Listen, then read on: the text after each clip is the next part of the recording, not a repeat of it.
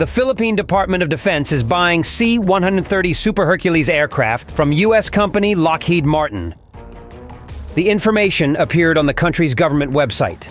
The contract is for $390 million and includes 3 military transport aircraft, C-130J-30.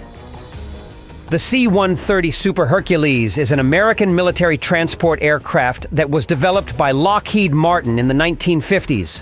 The C-130 Super Hercules is the primary tactical military transport aircraft of the air forces of many countries.